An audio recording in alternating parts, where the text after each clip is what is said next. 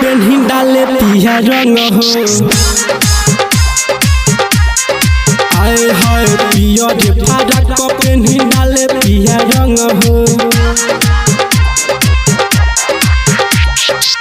पिया रे ही रंग से रंगला अलहंग हो। पिया रे ही रंग से रंगला अलहंग हो। पिया रे फारक पेन्ही डाले पिया रंग हो। आए हाय पिया रे फारक पेन्ही डाले पिया रंग हो।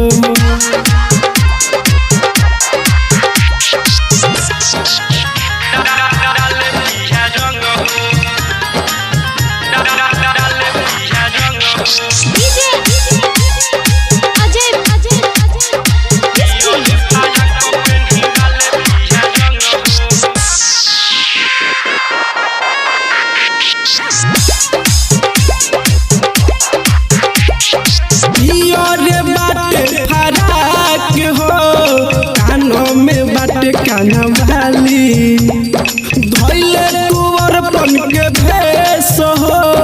होठो में बाटे होठा लाली ए जान पिया रे बाटे फराक हो। कानो में बाटे काना वाली धैले कुंवर पन के भेष हो। होठो में बाटे होठा लाली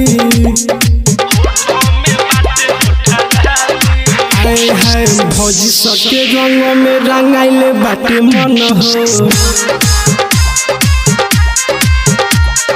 पिया रे फारक पेन्ही डाले पिया रंग हो। पिया रे ही रंग से रंगला अलहंग हो। पिया रे ही रंग से रंगला अलहंग हो। पिया रे फारक पेन्ही डाले पिया रंग हो। हाँ पिया रे फारक पेन्ही डाले पिया रंग हो।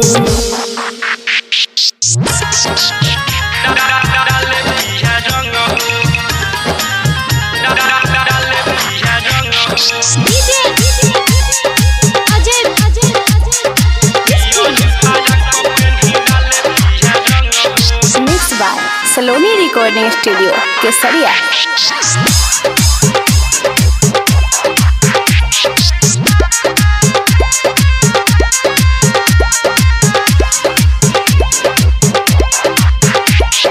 पिया रे हपी चकारी से रंग डाले लाया गाड़ी से।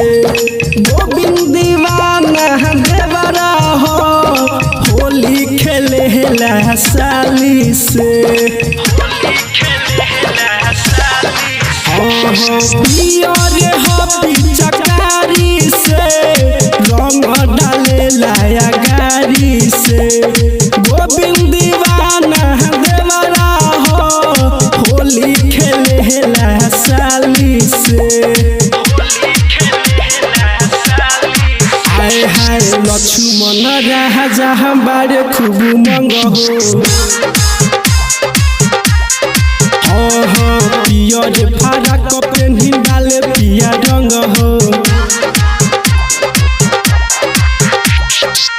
पिया रे ही रंग से रंगला अलहंग हो। पिया रे ही रंग से रंगला अलहंग हो। पिया रे फारक पेन्ही डाले पिया रंग हो। हाँ पिया रे फारक पेन्ही डाले पिया रंग हो।